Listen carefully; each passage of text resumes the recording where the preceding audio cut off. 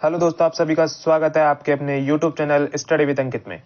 आज के इस वीडियो में हम अनूपगढ़ जिला दर्शन देखेंगे, जिसमें हम अनूपगढ़ से संबंधित सभी महत्वपूर्ण तथ्यों का अध्ययन करेंगे, जो राजस्थान की सभी प्रतियोगी परीक्षाओं के लिए अति महत्वपूर्ण है।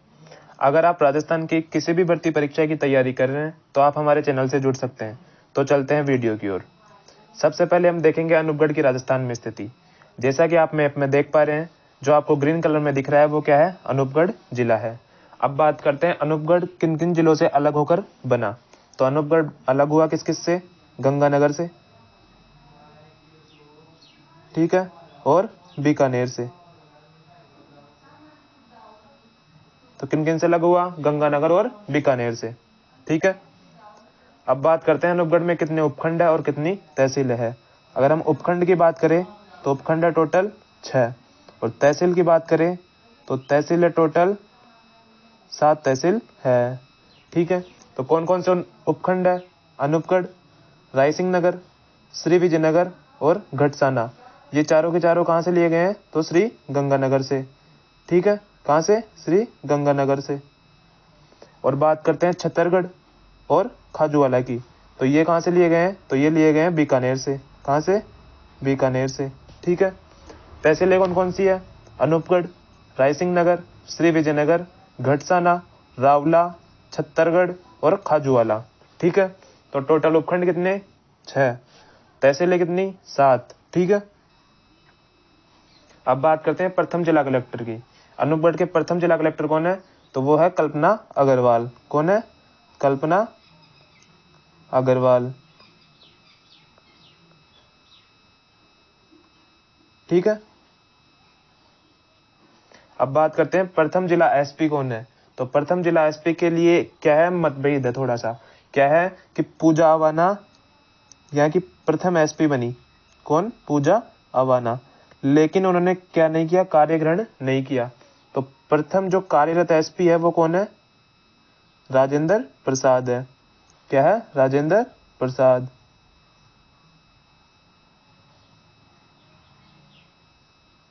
ठीक है। तो प्रथम जिला एसपी वैसे तो कौन है? पूजा अवाना, लेकिन कार्यरत कौन है? राजेंद्र प्रसाद। अब बात करते हैं अनूपगढ़ का उपनाम क्या है। तो अनूपगढ़ को क्या बोलते हैं? चुंगेर बोलते हैं। क्या बोलते हैं? चुंगेर, ठीक है।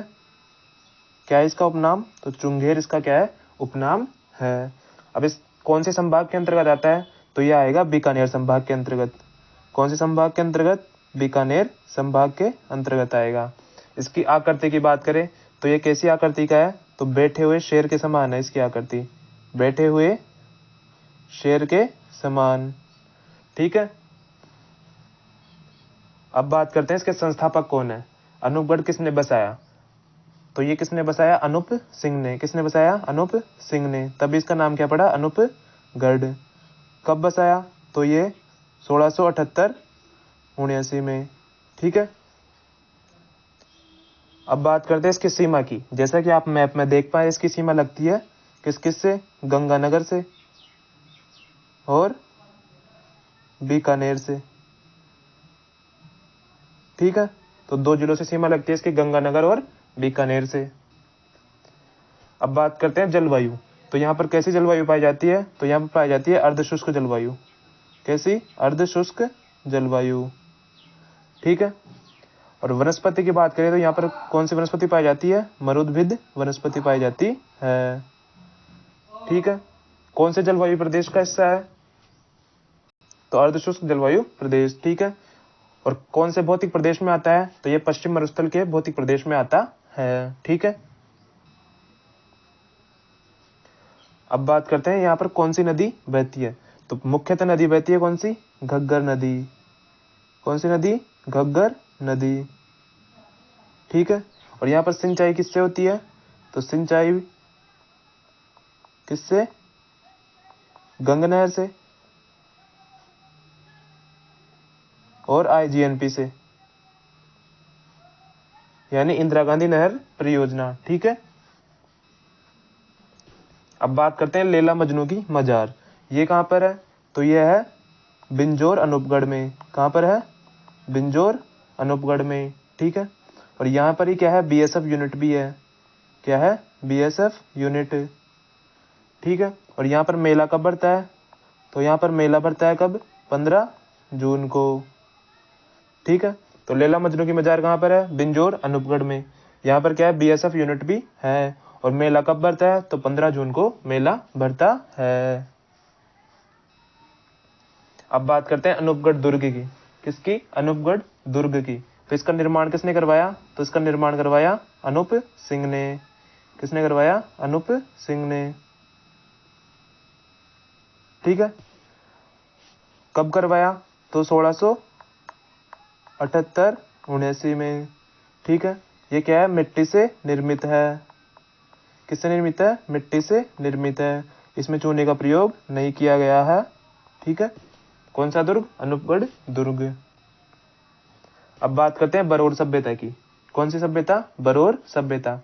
पहले तो ये कौन सी सभ्यता है, तो ये सिंधु घाटी सभ्यता है। कौन सी, सिंधु घाटी सभ्यता का है, ठीक है। और यहां से क्या मिली है, बटन के आकार की मोहरें मिली है।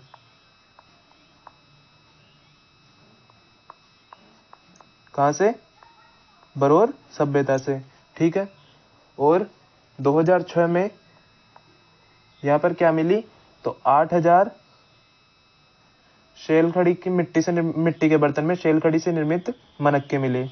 क्या मिले, मनक्के, शेल खड़ी से निर्मित। कहां पर, बरोर सभ्यता में, ठीक है। कब मिले, 2006 में।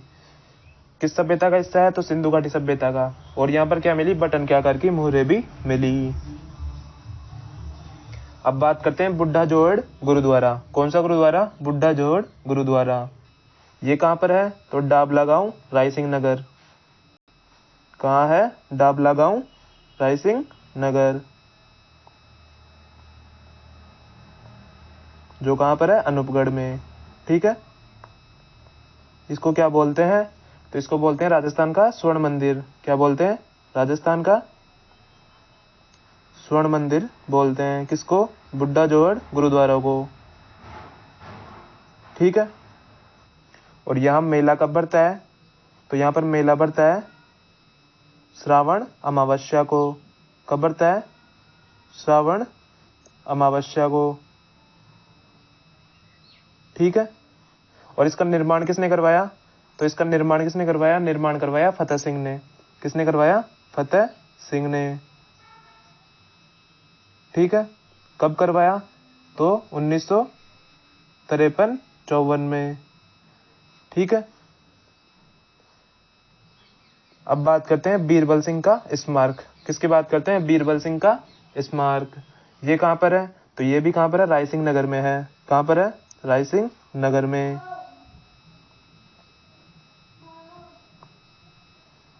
रायसिंह नगर। कौन सा स्मारक, बीरबल सिंह का स्मारक। इन्होंने क्या किया था, 1 जुलाई 1946 को तिरंगा यात्रा निकाली। कौन सी यात्रा, तिरंगा यात्रा, जिसमें ये क्या हुए, शहीद हो गए। क्या हो गए, शहीद हो गए। और इन्हीं की याद में यहाँ पर क्या बनाया गया, बीरबल सिंह का स्मारक, ठीक है। और शहीद कब हुए ये, तो 17 जुलाई 1946 को। इसीलिए 17 जुलाई को क्या मनाया जाता है, बीरबल दिवस मनाया जाता है। अब बात करते हैं अंतर्राष्ट्रीय सीमा के सबसे नजदीक जिला मुख्यालय कौन सा है, तो वो है अनूपगढ़ जिला मुख्यालय। कौन सा है, अनूपगढ़ जिला मुख्यालय, ठीक है। बात करते हैं महाजन फायरिंग रेंज की। किसकी, महाजन फायरिंग रेंज। इसका कुछ हिस्सा क्या है, अनूपगढ़ में भी आता है। किसका, महाजन फायरिंग रेंज का। और यहाँ पर क्या हुआ, अल नजा युद्धाभ्यास भी हुआ। किस किस के मध्य, भारत और ओमान के मध्य। फायर पावर युद्धाभ्यास भी कहाँ हुआ, महाजन फायरिंग रेंज में, ठीक है। और ऑस्ट्रो हिंद युद्धाभ्यास, तो ये भी कहाँ पर हुआ, महाजन फायरिंग रेंज में, ठीक है। अब बात करते हैं जेतसर कृषि फोरम की। किसकी, जेतसर कृषि फोरम। इसकी स्थापना कब हुई, तो इसकी स्थापना हुई 1964 में, ठीक है। और किसके सहयोग से हुई, तो सहयोग किसने किया इसमें? तो किसने किया सहयोग? कन्नाडा ने। ठीक है, किसने किया? कन्नाडा ने। ठीक है, किसने किया? कन्नाडा ने इसका क्या किया? सहयोग किया। ठीक है, और बात करें इसको क्या बोल, राज्य का दूसरा सबसे बड़ा केंद्रीय कृषि फोरम है कौन सा? जेसर कृषि फोरम। क्या है? राज्य का दूसरा सबसे बड़ा केंद्रीय कृषि फोरम कौन सा है? जेसर कृषि फोरम। ठीक है, अब बात करते हैं पंपाराम मेला। कौन सा मेला? पंपाराम मेला। तो ये कहाँ पड़ता है? तो ये पड़ता है विजयनगर में। कहाँ पर? विजयनगर में। कब बढ़ता है? तो ये 6 से 12 फरवरी को। कब बढ़ता है? 6 से 12 फरवरी को। कौन सा मेला? पंपाराम मेला। अब बात करते हैं खाजूवाला की। किसकी? खाजूवाला की। यहाँ पर क्या है? तेल के भंडार है। कहाँ पर? खाजूवाला में। ठीक है, और यहाँ पर क्या? बीएसएफ द्वारा राज्य की पहली डेटरिंग सेरेमनी का आयोजन कहाँ पर किया गया? खाजूवाला में। राज्य में पहली रिट्रीटिंग सेरेमनी किसके द्वारा? बीएसएफ द्वारा। कहाँ पर की गई? खाजूवाला में। ठीक है, अब बात करते हैं घटसाना की। किसकी? घटसाना की। यहाँ पर भी क्या है? तेल के भंडार है। ठीक है, किस बेसिन का हिस्सा आता है ये? तो बीकानेर नागौर तेल बेसिन। बीकानेर नागौर तेल बेसिन। ठीक है, अब बात करते हैं घटसाना किसान आंदोलन। तो ये कब हुआ? तो ये हुआ 2004-05 में। ठीक है, नेतृत्व किसने किया? तो नेतृत्व किया हेतराम बेनीवाल ने। ठीक है, और यहाँ पर क्या हो गया? आंदोलन के दौरान क्या हो गई? फायरिंग हो गई, जिसमें 7 किसान क्या हो गए? मारे गए। ठीक है, और इसके लिए जांच समिति गठित की गई। किसकी अध्यक्षता में? RS केजरीवाल की अध्यक्षता में। ठीक है, कौन सा आंदोलन? घटसाना किसान आंदोलन। कब हुआ? तो 2004-05 में। नेतृत्व किसने किया? हेतराम बेनीवाल ने। कितने किसानों की मृत्यु हुई? तो 7 किसानों की मृत्यु हुई। और जांच समिति बैठी तो किसकी अध्यक्षता में? RS केजरीवाल के अध्यक्षता में। ठीक है, तो ये था अनूपगढ़ जिला दर्शन। अगर ये क्लास आपको अच्छी लगी हो तो ज़्यादा से ज़्यादा लाइक करें, शेयर करें और चैनल को सब्सक्राइब करें और कमेंट बॉक्स में अपना फीडबैक जरूर दें। धन्यवाद। जय हिंद, जय भारत।